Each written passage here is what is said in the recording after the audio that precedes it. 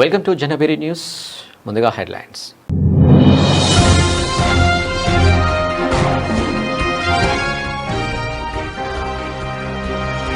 మెటాపై తీవ్ర ఆరోపణలు దావా, వాట్సాప్ సురక్షితం కాదన్న ఎలన్ మస్క్.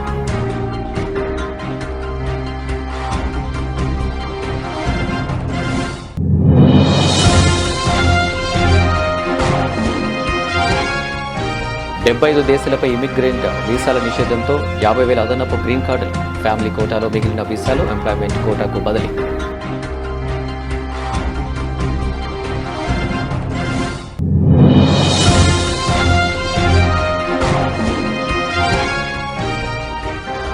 బీజేపీ పాలిత రాష్ట్రాల నుంచి దేశంలోకి మాదక ద్రవ్యాలు వస్తున్నాయన్న స్టాలిన్. తమిళనాడులో మహిళలు క్షేమంగా లేరన్న ప్రధాని వ్యాఖ్యలను కొట్టిపారేసిన సీఎం.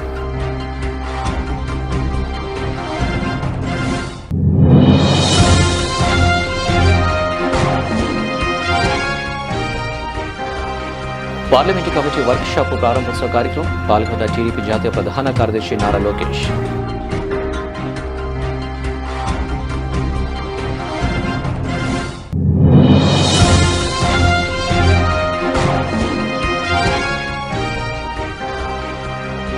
అంబేద్కర్ ఆలోచన విధానం వల్లనే ఈరోజు ప్రత్యేక రాష్ట్రాలు.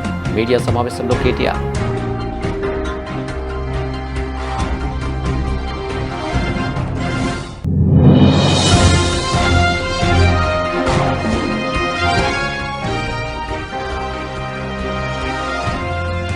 రాష్ట్రంలో బీఆర్ఎస్ నేతలు అచ్యూసిన అమృతుల్లా రంకెలు. మంత్రి పొంగులేటి శ్రీనివాసరెడ్డి విమర్శ.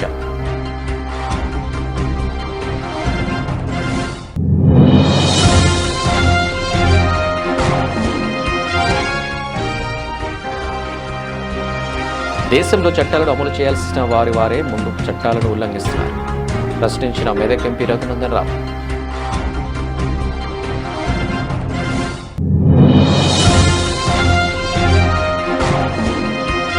మహబూబ్ నగర్ పార్లమెంటు సభ్యురాలు డి కిరణ్ నివాసంలో ఏర్పాటు చేసిన విలేకరుల సమావేశం. మున్సిపాలిటీ ఎన్నికల్లో బీజేపీ అభ్యర్థులను అధిక మెజార్టీతో గెలిపించాలని అభ్యర్థన.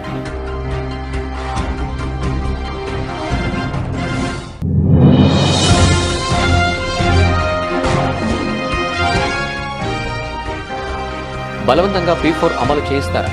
వెల్లంపల్లి శ్రీనివాసరావు మండిపాటు.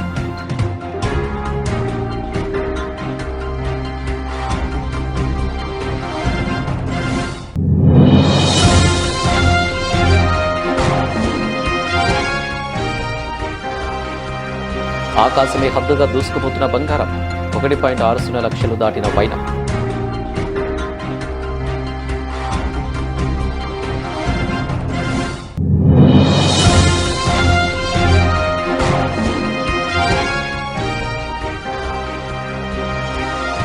ముంబై రేసులోనే ఆర్సీబీపై ఉత్కంఠ విజయం.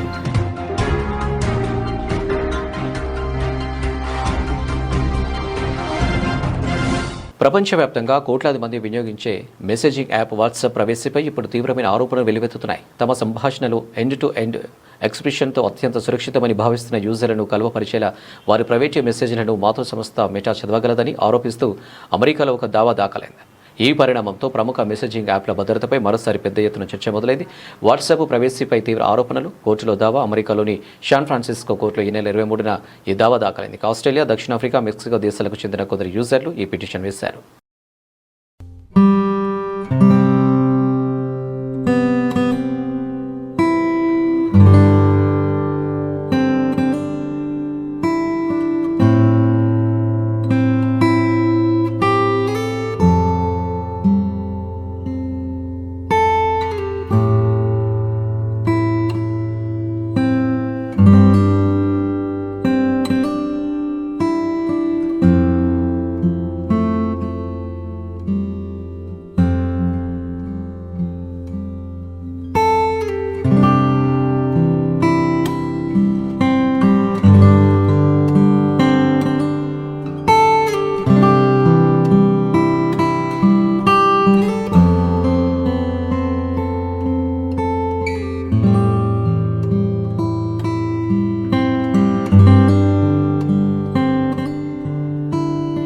అమెరికా ఇటీవల 75 దేశాల పౌరులకి ఇమిగ్రెంట్ వీసాల జారీని తాత్కాలికంగా నిలిపివేయడంతో 2027లో సుమారు 50,000 అదనపు ఉపాధి ఆధారిత గ్రీన్ కార్డులు అందుబాటులోకి వచ్చే అవకాశం ఉందని ఇమిగ్రేషన్ నిపుణులు అంచనా వేస్తున్నారు.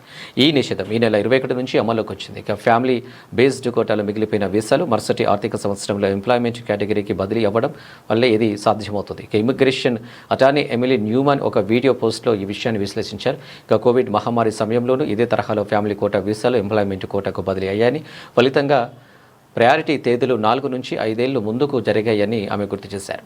ఇక నిషేధం విధించిన 75 దేశాలకు ఈ ఆర్థిక సంవత్సరంలో సుమారు 67,000 ఫ్యామిలీ వీసాలు కేటాయించాల్సి ఉంటుంది. ఈ నిషేధం 2026 సెప్టెంబర్ వరకు కొనసాగితే దాదాపు 50,000 వీసాలు మిగిలిపోతాయని అంచనా. ఈ జాబితాలో ఉన్న పాకిస్తాన్, బంగ్లాదేశ్ వంటి దేశాల నుంచి ఎక్కువ వీసాలు మిగిలిపోయే అవకాశం ఉంది.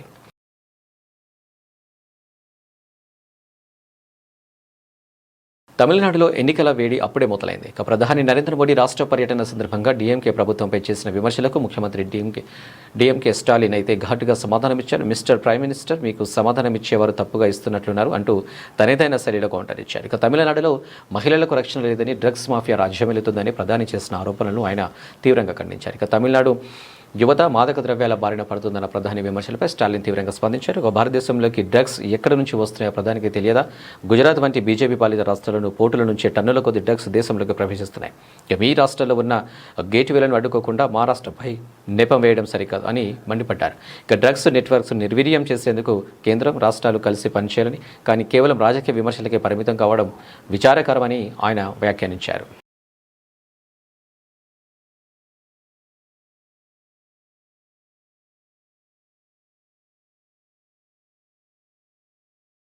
పార్లమెంటు కమిటీ వర్క్షాప్ ప్రారంభోత్సవ కార్యక్రమంలో టీడీపీ జాతీయ ప్రధాన కార్యదర్శి నారా లోకేష్ పాల్గొని మాట్లాడారు.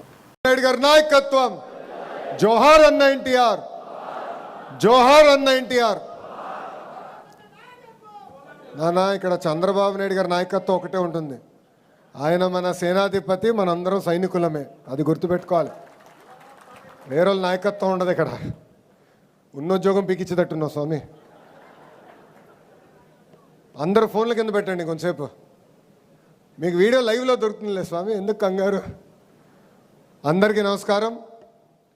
ఈ సమావేశానికి విచ్చేసిన మీ అందరికీ నా కంగ్రాచులేషన్స్. ఇది నేను ఎందుకు చెప్తున్నానంటే, పార్టీ అంటే కమిట్మెంట్ ఉన్నవారు కనుకనే ఈరోజు పార్టీ కమిటీలో మీకు మేము బాధ్యత కల్పిస్తాం జరిగింది. ఇక్కడున్న మిమ్మల్ని అందరినీ ఒక ప్రశ్న అడగాలనుకుంటున్నా. పార్లమెంట్ కమిటీలో మొదటిసారి కమిటీలో వచ్చిన వాళ్ళు చేతులు పైకెత్తండి. మొదటిసారి తెలుసురాబా, అది అడిగింది నేను.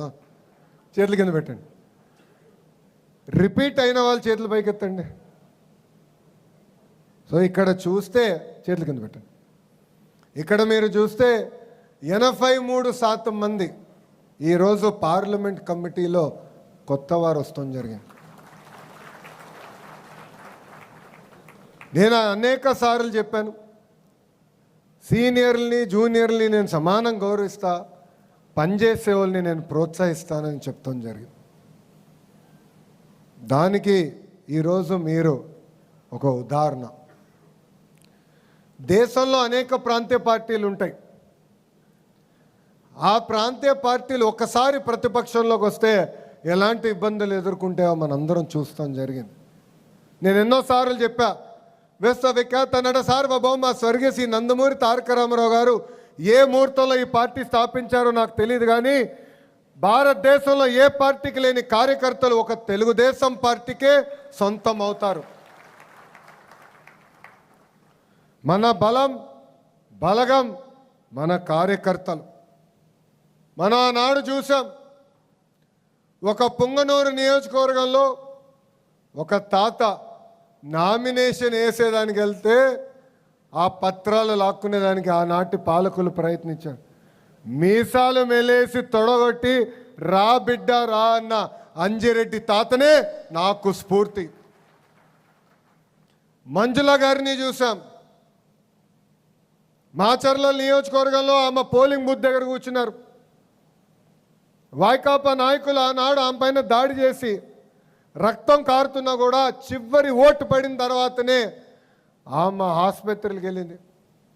పక్కనే విజయవాడలో చూసాం, కొంతమంది రౌడీలు మన గాంధీ గారి పైన దాడి చేసి ఆయన కంటి చూపు పోయినా జై తెలుగుదేశం అని నిలబడ్డారు.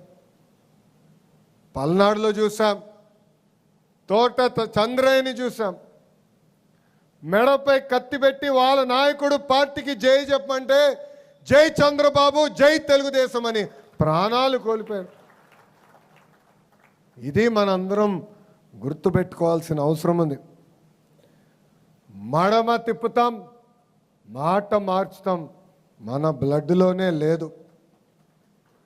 బోధించు, సమీకరించు, పోరాడు అనే అంబేద్కర్ తత్వాన్ని అద్భుతంగా ఆకలింపు చేసుకున్న నాయకుడు కేసీఆర్. తెలంగాణ రాష్ట్ర ఏర్పాటు అవసరాన్ని తెలంగాణ ప్రజలకు బోధిస్తూ, వాళ్ళను సమీకరిస్తూ, ఎక్కడ ప్రజలకు ఇబ్బంది కలిగిన వారి గొంతుకై ప్రశ్నిస్తూ 14 ఏళ్ల సుదీర్ఘ పోరాటం తర్వాత తెలంగాణ సాధించుకున్నాం.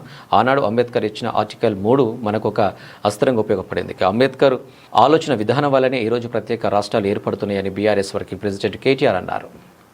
బోధించు, సమీకరించు, పోరాడు, ఈ తత్వాన్ని, ఈ వాదనని, అంబేద్కర్ తత్వాన్ని అందరికంటే అద్భుతంగా ఆకలింపు చేసుకున్న నాయకుడు కేసీఆర్ గారు. అందుకే తెలంగాణ రాష్ట్ర ఏర్పాటు ఆవశ్యకతను, తెలంగాణ ప్రజలను సమీకరిస్తూ, వారికి రాష్ట్రాన్ని ఏర్పాటు చేయాల్సిన అవసరాన్ని బోధిస్తూ, ఎక్కడ ప్రజలకి ఇబ్బంది కలిగినా వారి తరపున పోరాడుతూ, వారి గొంతుకై నిలిచి 14 ఏళ్ళు కష్టపడి అల్టిమేట్గా తెలంగాణ సాధించుకున్నాం. కానీ ఆ తెలంగాణ సాధించుకునే క్రమంలో కూడా మనకి ఆ రోజు ఒక అస్త్రంగా, ఒక బ్రహ్మాస్త్రంగా ఉపయోగపడ్డది article 3 of constitution of India. ఆ రోజు ఆర్టికల్ 3 కనుక లేకపోతే కొత్త రాష్ట్రాల ఏర్పాటుకు సంబంధించి ఇవాళ తెలంగాణ లేదు.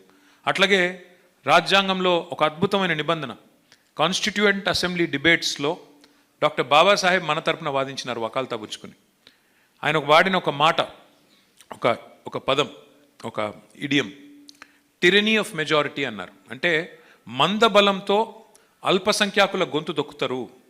మందబలంతో, టిరనీ ఆఫ్ మెజారిటీ అంటే మెజారిటీ యొక్క నియంతృత్వ పోకడల వల్ల ఒకవేళ అల్పసంఖ్యాకులు, మైనారిటీస్ ఎవరైతే ఉంటారో, అది మైనారిటీస్ అంటే లింగ్విస్టిక్ మైనారిటీ కావచ్చు, రిలీజియస్ మైనారిటీ కావచ్చు, సంఖ్యాపరంగా మైనారిటీ కావచ్చు, వారి గొంతు వినబడాలి అంటే మందబలం మరి చెల్లకూడదు. అంటే తప్పకుండా ఈ అల్పసంఖ్యాకులకు వాయిస్ ఉండాలి అని వాదించి, ఒక పెద్ద రాష్ట్రం నుంచి చిన్న రాష్ట్రం వేరుపడాలి అంటే పెద్ద రాష్ట్రం అనుమతి అవసరం లేదు, ఆ రాష్ట్ర శాసనసభ అనుమతి అవసరం లేదు అని ఎంతో ముందు చూపుతో, దార్శనికతతో ఆలోచించిన మహానుభావుడు, మహానాయకుడు డాక్టర్ బాబాసాహెబ్ అంబేద్కర్. ఇవాళ మనం ఈ రాష్ట్రంలో ఇంత స్వేచ్ఛగా ఇక్కడ నిలబడి మాట్లాడగలుగుతున్నామంటే ఆ రాజ్యాంగం ప్రసాదించిన free speech, right to free speech అనేది ఇవాళ మనకు ఆలంబనంగా ఉపయోగపడుతున్నది. రాష్ట్రంలో బీఆర్ఎస్ నేతలు అచ్చోసిన అంబుతుల రంకెలు వేస్తున్నారని, అధికారం పోయిన నాటి నుంచి ఒంటి నిండా విషం నింపుకొని కాంగ్రెస్ పట్ల విషం చెబుతున్నారని రెవెన్యూ, సమాచార, గృహ నిర్మాణ శాఖ మంత్రి పొంగులేటి శ్రీనివాసరెడ్డి విమర్శించారు. ఇక సోమవారం వర్ధనపేట పట్టణంలో integrated residential school, mini stadium, open gym centre, sub jail, munsif court, drainage, CC రోడ్లు, సుమారు 294 కోట్ల అభివృద్ధి పనులకు శంకుస్థాపన చేశారు. అనంతరం పట్టణంలో ఏర్పాటు చేసిన పబ్లిక్ మీటింగ్లో ఆయన మాట్లాడారు. ఇక సీఎం రేవంత్ రెడ్డి నాయకత్వంలో ప్రజాప్రభుత్వం ప్రజల శ్రేయస్సు కోసం అహర్నిశలు కృషి చేస్తున్నారు. ఆనాటి ప్రభుత్వంలో రూపొందించిన మంచి పథకాలను కొనసాగిస్తూ ముందుకు కొనసాగుతున్నాయని తెలిపారు. ఇక రాబోయే ఏప్రిల్ నెలలో మళ్లీ కొత్త ఇల్లు మంజూరు చేయడంతో పాటు అవి కాక మరో 3 సార్లు ఇల్లు మంజూరు చేస్తామన్నారు. ఈ కార్యక్రమంలో వరంగల్ జిల్లా collector Satyasarada, additional collector Sandhyarani, municipal commissioner Sudhir Babu, tahsildar Vijayasagar, MPDO Venkataramana, మాజీ TESCAB chairman Marne Ravinder, DCC అధ్యక్షులు ఆయూబ్ తదితరులు పాల్గొన్నారు. ఒంటి నిండా విషం పెట్టుకొని విషము కక్కుతూ మళ్లీ అధికారంలోకి ఎప్పుడు రావాలని తాపత్రయపడుతున్నావే తప్ప పేదవాడి కష్టాలు తెలియని నీవు, దొర పోకటపోయి పేదవాళ్ళని విస్మరించి ఇబ్బంది పెట్టిన నువ్వు, పదవి పోయిన తర్వాత ఈనాడు అచ్చేసిన అంబోతాగా రోడ్లెమ్మటి తిరిగి కాంగ్రెస్ పార్టీని, గౌరవ ముఖ్యమంత్రి రేవంత్ రెడ్డి గారిని, ఈ ప్రభుత్వాన్ని ఎలా నీ నోటికొచ్చినట్టు మాట్లాడుతున్నావో నీ సంస్కారానికే వదిలేస్తున్నాం. ఆనాడు అధికార అహంకారంతో ఏవైతే తప్పులు చేశావో, అది ఫోన్ ట్యాపింగ్ కానీ, కాళేశ్వరం కానీ, పౌర పర్చేజ్ కానీ, ఈ రేసులు కానీ, ఏవైతే తప్పులు చేశావో తాగినోడు కడతాడు తాళ్ల పొన్ను అన్నట్టు తప్పు చేసిన వాడు శిక్షకి అర్హుడు. దాంట్లో నువ్వు 100% ముందుంటావు. దేశంలో చట్టాలను అమలు చేయాల్సిన వారి ముందే చట్టాలను ఉల్లంఘిస్తున్న మౌనంగా ఉండడంలో ఆంతర్యం ఏంటని మెదక్ ఎంపీ రఘునందరావు ప్రశ్నించారు. ఇక తెల్లాపూర్ సైబర్ హుడ్స్ అసోసియేషన్ అధ్యక్షుడు రమణపై పోలీసుల సమక్షంలోనే కొందరు వ్యక్తులు దాడి చేయడం పట్ల రఘునందరావు ఆగ్రహం వ్యక్తం చేశారు. ఇక సంగారెడ్డి జిల్లా కొల్లూరు పోలీస్ స్టేషన్ పరిధిలోని తెల్లాపూర్ మేఫర్ రోడ్డులో ఓ వర్గానికి చెందిన కొందరు వ్యక్తులు జిల్లా నిర్మాణం చేపట్టడంపై తెల్లాపూర్ సైబర్ హుడీ అసోసియేషన్ అధ్యక్షుడు రమణ అధికారులకు ఫిర్యాదు చేశారు. అధికారులు పోలీసులతో కలిసి అక్కడికి వెళ్లిన రమణ అధికారులతో మాట్లాడుతుండగానే దాడి చేశారు. తీసుకుపోలేకపోతా ఉన్నాం కాబట్టి ఇక్కడ వస్తున్నటువంటి వాతావరణ పొల్యూషన్తో పాటు వివిధ కన్స్ట్రక్షన్ కంపెనీస్ కన్స్ట్రక్షన్ పేరిట జరుపుతున్న డిస్ట్రక్షన్ని మేము ఖచ్చితంగా ప్రత్యక్ష ఆందోళనకు దిగి ఆపుతామనేటువంటి హెచ్చరికని మనం చేయాల్సినటువంటి అవసరం ఉంది. చుల్లా dargah whatever you call it is without any permission రేపు భవిష్యత్తులో పెరుగుతున్నటువంటి జనాభా అవసరాల కోసం రోడ్డు వెడల్పు చేయాల్సి వచ్చినప్పుడు మళ్ళీ రోడ్డు మధ్యలో చుల్లా ఉంది దర్గా ఉందని భవిష్యత్తులో పంచాయతీ రావద్దంటే my sincere appeal to police, GHMC, HMDA, revenue, pollution control board వీళ్ళందరూ వచ్చి రేపు భౌతికంగా ఆ దర్గా ఉన్నటువంటి ప్లేస్ లేదా చుల్లా ఉన్న ప్లేస్కి వచ్చి అక్కడ జరుగుతున్నటువంటి అక్రమ నిర్మాణ కట్టడాన్ని ఆపకపోతే భవిష్యత్తులో జరిగే పరిణామాలకి పూర్తిగా ఈ రాష్ట్ర ప్రభుత్వం రాష్ట్ర ముఖ్యమంత్రి రేవంత్ రెడ్డి గారే బాధ్యత వహించాల్సి వస్తుందని చెప్పి ఈ సందర్భంగా హెచ్చరిస్తూ ఉన్నాం. పోలీస్ మిత్రులకు కూడా మాదొక విజ్ఞప్తి, భౌతిక దాడి చేసిన వాళ్ళు ఎవరైనా సరే వాళ్ళని వెంటనే అదుపులోకి తీసుకోవాలని చెప్పి డిమాండ్ చేస్తూ ఉన్నాం.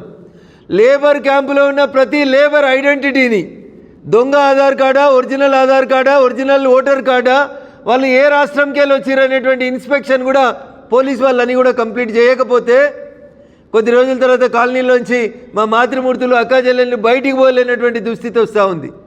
కాబట్టి we're requesting all the construction companies also before giving contract to somebody ఆ లేబర్ ఎక్కడి నుంచి వచ్చిండ్రు, ఏ రాష్ట్రం నుంచి వచ్చిండ్రు, ఏ దేశం నుంచి వచ్చిండ్రు, ఇవన్నీ వెరిఫై చేయకపోతే అన్ని కన్స్ట్రక్షన్ కంపెనీల పనిని కూడా భౌతికంగా డైరెక్ట్గా వచ్చి మీ ఫీల్డ్ మీదకి వచ్చి ఆపేస్తామని చెప్పి ఈ సందర్భంగా హెచ్చరిస్తూ ఉన్నాం. పర్మిషన్ ఇచ్చేటప్పుడు ఏసీలో కూర్చొని పొల్యూషన్ కంట్రోల్ బోర్డు అయినా పర్మిషన్ ఇస్తాడు, హెచ్ఎండిఏ పర్మిషన్ ఇస్తుంది. ఈడున్న వాళ్ళు మనుషులు అవునా కాదా అనేది ఒకసారి చూడాలి. ఇంకొకటి కూడా చెప్తా ఉన్నాం అధికారులందరికీ, వీళ్ళు గిట్లే మెయిల్ పెడతారు, గిట్లే వస్తారు, వీళ్ళు బిజీగా ఉంటారు, డ్యూటీ పోతారు, మా దగ్గరికి రాలేరని అనుకోకండి.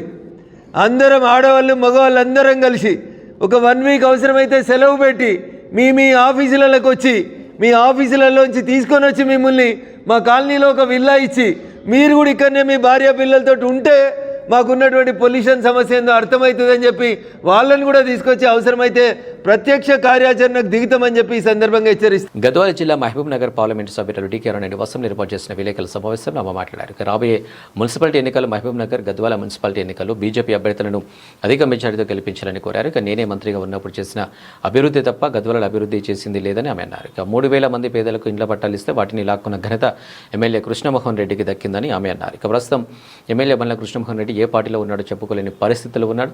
బీఆర్ఎస్ పార్టీలోనే ఉన్నాడని, బీఆర్ఎస్ను పార్టీని, ప్రజలను, ప్రభుత్వాలను, కోర్టులను మోసం చేస్తున్నా పట్టించుకోవడం లేదని అన్నారు. అప్పుడు వేరే అప్పుడు పార్టీలు అక్కడ పార్టీ మరి, ఇక్కడ పార్టీ మరి, ఇంకో పార్టీ మరి, రకరకాలుగా ఈడ మున్సిపాలిటీలో ఉన్నటువంటి పరిస్థితులను గమనించుకొని పేద ప్రజలు ఎవరైతే గద్వాల పట్టణంలో ఇళ్ల స్థలాల కోసం ప్రత్యేకంగా ప్రముఖంగా గద్వాల పట్టణంలో పేదవాళ్ళ యొక్క ఇండ్లు లేనటువంటి వాళ్ళు, ఒకటే ఇంట్లో 4 కుటుంబాలు, 5 కుటుంబాలు, 3 కుటుంబాలు జీవిస్తున్నటువంటి వాళ్ళు, ఆనాడు మీ ఎమ్మెల్యేగా ఈ ప్రాంతంలో 3,500 మందికి పిల్లిగుండలో నేను ప్లాట్ ఇచ్చిన. ఆ తర్వాత ఆనాడు మంత్రిగా ఉన్నప్పుడు కూడా మళ్ళీ గవర్నమెంట్ స్థలం లేకపోయినా 78 ఎకరాల పట్టా స్థలాలను ఒక్కొక్కరి దగ్గర 1 ఎకరా, 2 ఎకరా, 3 ఎకరాలు, 4 ఎకరాలు ఇట్లా ఉన్న అందరినీ కూడా ఎక్కడెక్కడనో వేరే రాష్ట్రాల్లో వాళ్ళు భూములు ఉన్న వాళ్ళు ఉంటే కూడా వాళ్ళందరినీ మరి భరత్ సింహారెడ్డి గారు వారి అందరినీ కూడా ఎక్కడెక్కడ ఎవరెవరు ఉన్నారో ఎంక్వైరీ చేసి వాళ్ళందరితో మాట్లాడి పిలిపించుకొని మీరు ఎక్కడెక్కడో ఉంటారు, మీరందరూ మీ ఈ యొక్క భూములను తీసుకొని పేద ప్రజలకు పట్టాలు పంచాలనుకున్నాము. మీ భూములని పట్టాల కోసం అమ్మాలని అన్నప్పుడు వాళ్ళందరూ కూడా ఆ రోజు అమ్మిన సందర్భంగా మార్కెట్ రేటు కంటే గవర్నమెంట్ ఇచ్చే రేటు తక్కువ ఉంది, మాకు ఎక్కువ ఇంత కావాలా, ఇంత ఇస్తామనంట ఎక్కువైన రేటు కూడా స్వతహాగా భరించి ఆ 78 ఎకరాలు ఆ రోజు మేము అక్వైర్ చేసినాం ఇళ్ల స్థలాల కోసం. ఆ తర్వాత ఇళ్ల స్థలాల కోసం తీసుకున్నటువంటి ఆ జాగాలో దాదాపు 1,300 ప్లాట్లు నేను ఉన్నప్పుడే పంపిణీ చేయడం జరిగింది. మిగిలిన ప్రాంతాన్ని లేఅవుట్ కలిగి లేఅవుట్ అయినాక మళ్ళీ సర్వే చేసి దరఖాస్తుల్ని మిగిలిన ఎవరికి రాలేదో వాళ్ళకంతా కూడా ఇవ్వాలని ఆ రోజు మిగిలిన స్థలం అట్లనే దాని తర్వాత ఇద్దామనేటటువంటి విధంగా పక్కకు పెట్టడం జరిగింది. ఆ తర్వాత వచ్చినటువంటి టీఆర్ఎస్ ప్రభుత్వం అధికారంలోకి వచ్చిన తర్వాత ఇప్పుడున్నటువంటి శాసనసభ్యుడు ఇప్పుడు టీఆర్ఎస్కి వెళ్ళి కాంగ్రెస్లో ఉన్నాడో టీఆర్ఎస్లో ఉన్నాడో మరి ఆయన తెలుసు ఏ పార్టీలో ఉన్నాడో గతంలో ప్రజలకు తెలుసు ఆయన ఇప్పుడు ఏ పార్టీలో ఉన్నాడో. టీఆర్ఎస్ గెలిచి వచ్చి ఆయన ఉన్నది కాంగ్రెస్ పార్టీ అని అందరూ తెలుసు. నేను కాంగ్రెస్ లో ఉన్నా అని చెప్తే కాంగ్రెస్ కండువ తిరిగితే ఎమ్మెల్యే పని ఊడిపోతుందని ఏదో అబద్ధాలు చెప్పుకుంటా తిరుగుతున్నారు, టైం పాస్ చేసుకుంటా. టీఆర్ఎస్ పార్టీ వాళ్ళైతే టీఆర్ఎస్ పార్టీలో పోయి తిరగాలి, అలా తిరుగుతలేడు. టీఆర్ఎస్ పార్టీకి ఓటు ఏమని అడగాలి, అడుగుతలేడు. అంటే కాంగ్రెస్ పార్టీలో ఉన్నట్టే కదా. కానీ ఈరోజు సుప్రీంకోర్టు పెద్ద ఎత్తున ఇట్లా పార్టీ మారిన వాళ్ళపైన చర్యలు తీసుకున్నటువంటి భయంతోన ఇంకా ప్రజలను మోసం చేస్తున్నారు, ప్రభుత్వాలు కోట్లను మోసం చేస్తున్నాయి. ఈరోజు గద్వాల పట్టణంలో ప్లాట్లన్నింటినీ కూడా నాటి పట్టుబట్టి అమ్మ ఒడి తొలి ఏడాది అటకెక్కింది. ఏడాదికి 15,000 ఇవ్వాల్సి ఉండగా రెండో ఏడాది 9,000, 13,000 వేశారు. మరి జగన్మోహన్ రెడ్డి 13,000 ఇచ్చినప్పుడు నారా లోకేష్ వంకరగా ఎందుకు మాట్లాడారు? వ్యాపారులను బెదిరించి బలవంతంగా P4 అమలు చేస్తారా అని మాజీ మంత్రి వెల్లంపల్లి శ్రీనివాసరావు మండిపడ్డారు. ఏదైతే జగన్మోహన్ రెడ్డి గారు అమ్మఒడి కార్యక్రమం ప్రభుత్వం ఏర్పడిన మొదటి సంవత్సరంలో జగన్మోహన్ రెడ్డి గారు పథకం ఇస్తే ఈ పథకం ఒక సంవత్సరం అంతా కూడా అటకెక్కిపోయింది. కానీ మొన్న కొంత రిలీజ్ చేస్తారని చూస్తే 15,000 అని చెప్పిన వ్యక్తి 13,000 ఇస్తామని చెప్పన్నారు. మరి ఆ రోజు జగన్మోహన్ రెడ్డి గారు అదే 13,000 ఇస్తుంటే మరి ఎందుకు ఆ రోజు నారా లోకేష్ గారు వంకర తింకర నోట్లతో ఎందుకు మాట్లాడారు? మరి అప్పుడు ఆ నోటికి గుర్తు రాలేదా నారా లోకేష్ గారికి? సరే పోనీ 13,000 గారు ఇస్తారని చెప్పని చూస్తే కొంతమందికి 9,000 పడింది, కొంతమందికి 8,000 పడింది, కొంతమందికి 7,000 పడింది. ఒక పద్ధతి ప్రకారం లేకుండా తల్లికి వందనం, అది కూడా ఎక్కడ కూడా అందరికీ అందిన పరిస్థితిలో సుమారు 30 లక్షల మంది పిల్లలకి ఎగనామం పెట్టిన ఘనత కూడా ఈ కుటుంబ ప్రభుత్వానికి దక్కుతుంది. మా అక్క చెల్లెమ్మలకి డబ్బులు ఇవ్వాలని చేతి ద్వారా 18,000 ఇవ్వాలనుకుంటే మీకెందుకు మీకు నెలకు 1,500 ఇచ్చేస్తాం, ఆయన మీకు 45,000 ఇచ్చాడు, మీకు 18,000 దాటితే ఇచ్చేస్తామని చెప్పిన పెద్ద మనిషి P4 అంట. P4 అక్కడ ఎవరో ధనవంతుల దగ్గర తీసుకుని మీకు డబ్బులు ఇవ్వాలట, మీ కుటుంబాలను వాళ్ళ దత్తత తీసుకుంటారు. జరిగే పని అనేది దాన్ని గొప్పగా గవర్నర్ గారు ప్రసంగంలో P4 ద్వారా మేము బాగా అమలు చేస్తున్నాం అని చెప్పినారు. ఏ ఒక్క ఆడబిడ్డకైనా గానీ ఈ 1,500 రూపాయలు నిధి ముట్టిందా? సమాధానం చెప్పండి. కుటుంబ నాయకులు ఎవరైనా కానీ చాలా మందిని వ్యాపారస్తులు కావచ్చు, ఎవరైనా కొంత ఆర్థికంగా కొంచెం బలంగా ఉంటే వాళ్ళని భయపెట్టి మీరు P4 లో జాయిన్ అవ్వాలని చెప్పిన అధికారుల ద్వారా అనేక ద్వారా మీరు భయపెడతారు తప్ప ఎక్కడైనా కానీ ఈ పథకం అమలయ్యిందా? గవర్నర్ గారి ప్రసంగంలో P4 బ్రహ్మాండంగా అమలైపోతుందని చెప్పన్నారు. మహిళలకు ఉచిత బస్సు, ఎన్ని బస్సుల్లో మీరు ఉచిత ఇస్తారంటే కనీసం చెప్పండి ఒకసారి. 16 రకాల బస్సులుంటే 6 రకాల బస్సుల్లో కూడా మీరు అవకాశం కల్పించట్లేదు మహిళలకి. మరి ఏం చేశారండి మీరు? ఈ 20 నెలల పరిపాలనలో ఈ కూటమి ప్రభుత్వం ఇది మేము చేశామని చెప్పే పథకం చెప్పండి. గతంలో కోవిడ్ కష్టకాలంలో కూడా జగన్మోహన్ రెడ్డి గారు 2 సంవత్సరాలు కోవిడ్ తో ప్రపంచమంతా విలవెల్లాడుతున్నా కానీ ఈ ఆంధ్ర రాష్ట్రంలో కోవిడ్ లో కూడా ఏ ఒక్కరికి కూడా ఇబ్బంది లేకుండా పథకాలన్నిటిని కూడా ఎప్పటికప్పుడు అమలు చేసిన వ్యక్తి ఎవరున్నారంటే జగన్మోహన్ రెడ్డి గారు అని చెప్పిన ధైర్యంగా మేము చెప్పగలుగుతాం. మీరు చెప్పగలుగుతారా? కాకపోతే ఆ రోజులో చంద్రబాబు అన్నాడు నేనుంటే కోవిడ్ వచ్చేది కాదని చెప్పని. ఆ రోజే అతన్ని ఒక కామెడియన్ గా అనుకున్నారు. కానీ జగన్మోహన్ రెడ్డి గారి నాయకత్వంలో కోవిడ్ కష్టకాలంలో కూడా ఇచ్చిన పథకాలన్నీ కూడా ఇంకా 1 నెల ముందే అమలు చేశారు తప్ప ఎక్కడ కూడా ఏ పథకాన్ని కూడా కోవిడ్ ఒక చెప్పి ఆపిన పరిస్థితి లేదు. మీరు గొప్పగా పెన్షన్ గురించి చెప్తున్నారు. ఇందా గవర్నర్ గారి ప్రసంగంలో కూడా మేము 1,000 రూపాయలు పెంచేసామని చెప్పని. అవును, మీరు 1,000 రూపాయలు పెంచారు. కానీ ఎంతమంది కట్ చేశారండి మీరు? సుమారు 5 లక్షల పైబడి పెన్షన్లు గతంలో ఉన్న పెన్షన్లు తగ్గించారు. జనరల్ గా ఇదివరకు గతంలో జగన్మోహన్ రెడ్డి గారి ప్రభుత్వానికంటే ముందు 65 ఏళ్ళకి పెన్షన్ ఉంటే జగన్మోహన్ రెడ్డి గారు 60 ఏళ్ళు పెన్షన్ చేశారు. దానికి 60 ఏళ్ళు పెన్షన్ చేసి ప్రతి 3 నెలలకు కూడా ఎవరికి అర్హత ఉంటే వాళ్ళకి పెన్షన్ ఇచ్చిన ఘనత జగన్మోహన్ రెడ్డి గారిది. మీరు ఈ 20 నెలల్లో ఏ ఒక్కరికైనా పెన్షన్ కొత్త పెన్షన్ ఇచ్చారా? మీరేమన్నా గానీ ఒక వితంతు పెన్షన్ గానీ అదే విధంగా కొత్త పెన్షన్ అమలు చేయడం కానివ్వండి. మీరు గొప్పగా మరి ఎన్నికల్లో ఏం చెప్పారండి? 50 ఏళ్లు దాటిన ప్రతి బీసీ, ఎస్సీ, ఎస్టీ, మైనార్టీలకు మేము పెన్షన్ ఇస్తామని చెప్పారే. ఆ పెన్షన్ ఇచ్చామని చెప్పి ఎందుకు చెప్పట్లేదు మీరు? ఎక్కడో కూడా మీరు పెన్షన్ ఇచ్చిన పరిస్థితి లేదు. మాట్లాడితే 3 స్పెషల్ ఫ్లైట్లు, ఒకటేమో పెదబాబు గారికి, ఒకటి చిన్నబాబు గారికి, ఇంకోటేమో పవన్ కళ్యాణ్ గారికి. ఈ ఫ్లైట్లలో తిరగడం తప్ప మీరు చేసింది ఏమైనా ఉందా చెప్పండి ఒకసారి. మాట్లాడితే దోవ సెల్లో మేమని చెప్పంటారు. అంత సెల్లో కూడా తిరుగుతున్నామని చెప్పన్నారు. మీరు వెళ్ళినందువల్ల ఏ పరిస్థితి తీసుకొచ్చారు? అంటే గీతంస్ కి 5,000 కోట్లు స్థలం ఇచ్చేస్తే మీకు అభివృద్ధి వచ్చేస్తుందా? అంటే గీతంలో మీకు ఎక్కడ గీతం కాలేజీలో ఎక్కడైనా గానీ ఉచిత చదువు చెప్తున్నారు మీకు ఎక్కడైనా గానీ? ఒకటో తరగతి పెన్షన్ కోర్టు ఖర్చు పెడుతున్నారు. నిన్న పవన్ కళ్యాణ్ గారు వారి కార్యకర్త చనిపోతే పెడనక్కడికి వెళ్లారట. సరే కార్యకర్త కదా ఏదో చేస్తారనుకుంటే ఏదో ఇన్సూరెన్స్ 5 లక్షలు ఇవ్వడానికి మళ్ళీ హైదరాబాద్ నుంచి స్పెషల్ ఫ్లైట్ ఇక్కడికి. ఆ ఫ్లైట్ డబ్బులు ఇచ్చిన వాళ్ళ కుటుంబం బాగుపడుతుంది కదా కనీసం.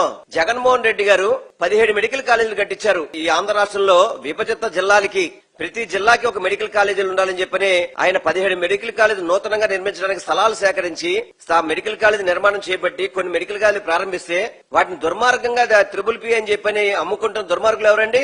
ఈ కూటమి నాయకులు కాదా? గతంలో 2014 నుంచి 19 పరిపాలించారు కదా.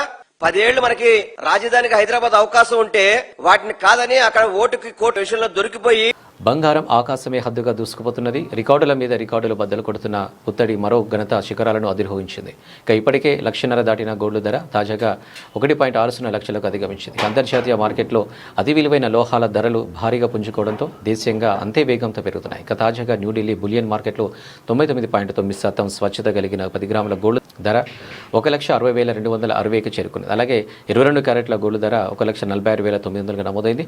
పుత్తడితో పాటు వెండి పరుగులు పెడుతున్నది. ఇక కిలో వెండి 3.65 లక్షలు పలికింది. ఇక డాలర్తో పోలిస్తే రూపాయి పతనం చెందడం, ప్రపంచవ్యాప్తంగా మరోసారి ఉద్రిక్త పరిస్థితులు నెలకొనడం, ద్రవ్యోల్బణం పుంజుకోవడంతో వడ్డీ రేట్లు తగ్గి అవకాశాలు సన్నగిల్లడంతో పెట్టుబడిదారులు తమ పెట్టుబడులను సురక్షితమైన అతి విలువైన లోహాలకు మళ్లించడం ధరలు పుంజుకోవడానికి ప్రధాన కారణాలని విశ్లేషకులు అంటున్నారు. మహిళా ప్రీమియర్ లీగ్ నాకౌట్ రేస్లో నిలవాలంటే తప్పక గెలవాల్సిన మ్యాచ్లో డిఫెండింగ్ ఛాంపియన్ ముంబై ఇండియన్ జూలు విదిల్చింది. ఇక హ్యాట్రిక్ ఓటముల తర్వాత ఓ జట్టు సోమవారం ఇక్కడ రాయల్ ఛాలెంజర్స్ బెంగళూరులో జరిగిన మ్యాచ్లో 15 పరుగుల తేడాతో గెలిచి టాప్ 2 అవకాశాలను సజీవంగా ఉంచుకుంది. ఇక మ్యాచ్లో మొదట బ్యాటింగ్ చేస్తూ నటాలీ సివర్ బ్రంట్ 57 బంతుల్లో 100 పరుగులు చేసి నాట్అవుట్గా నిలిచింది. అలాగే 16 ఫోర్లు ఒక 6 కొట్టింది. ఇక ఈ టోర్నీ చరిత్రలోనే తొలి శతకాన్ని నమోదు చేయడంతో నిర్ణీత ఓవర్లో 4 వికెట్లు కోల్పోయి 199 పరుగులు భారీ స్కోర్ చేస్తుంది. ఇక హేలీ మాథ్యూస్ 39 బంతుల్లో 56.9 ఓవర్లు ఆల్రౌండర్తో షోతో రాణించింది. అనంతరం భారీ ఛేదనలో ఆర్సీబీ 20 ఓవర్లో 184 9 వికెట్లతో వద్ద అయిపోయింది. ఇక రీచా ఘోష్ 50 బంతుల్లో 90 10 ఫోర్లు 6 సిక్స్లు. ఇక ధనాధన్ అర్ధ సెంచరీతో పోరాడిన ఆర్సీబీకి విజయాన్ని అందించలేకపోయింది.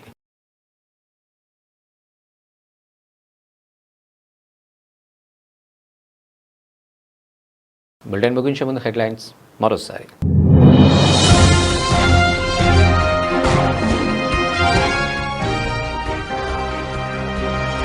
మెటాపై తీవ్ర ఆరోపణలు దావా, వాట్సాప్ సురక్షితం కాదన్న ఎలన్ మస్క్.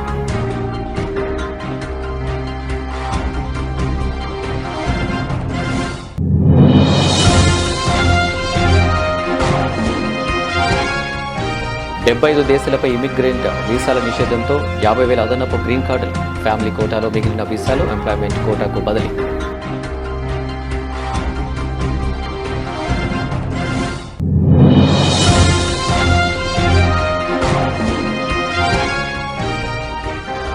బీజేపీ పాలిత రాష్ట్రాల నుంచి దేశంలోకి మాదక ద్రవ్యాలు వస్తున్నాయన్న స్టాలిన్. తమిళనాడులో మహిళలు క్షేమంగా లేరన్న ప్రధాని వ్యాఖ్యలను కొట్టిపారేసిన సీఎం.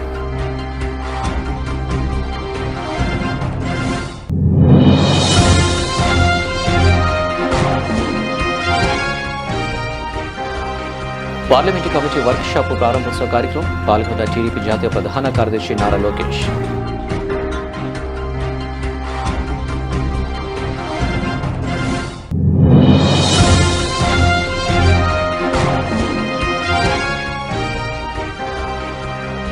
అంబేద్కర్ ఆలోచన విధానం వల్లనే ఈరోజు ప్రత్యేక రాష్ట్రాలు. మీడియా సమావేశంలో కేటీఆర్.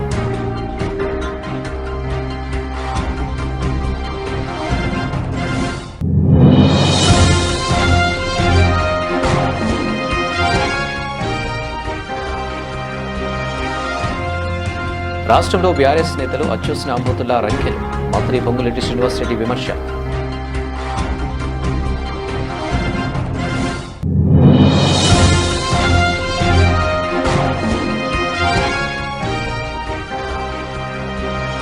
దేశంలో చట్టాలను అమలు చేయాల్సిన వారే ముందు చట్టాలను ఉల్లంఘిస్తున్నారు. ప్రశ్నించిన మెదక్ ఎంపీ రఘునందన్ రావు.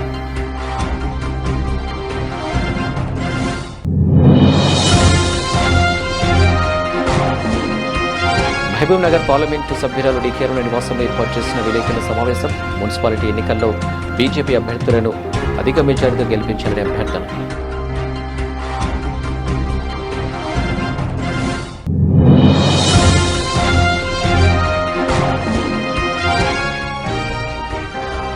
బలవంతంగా P4 అమలు చేయిస్తారా? వెల్లంపల్లి శ్రీనివాసరావు మండిపాటు.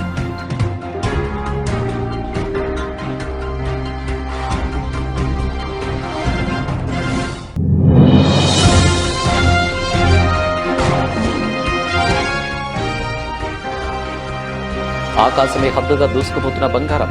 1.60 లక్షలు దాటిన వైనం.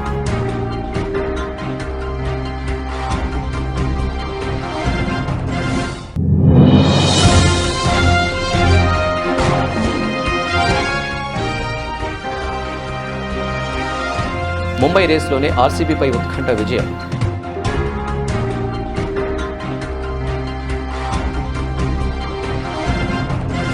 ఇవి అప్డేట్స్.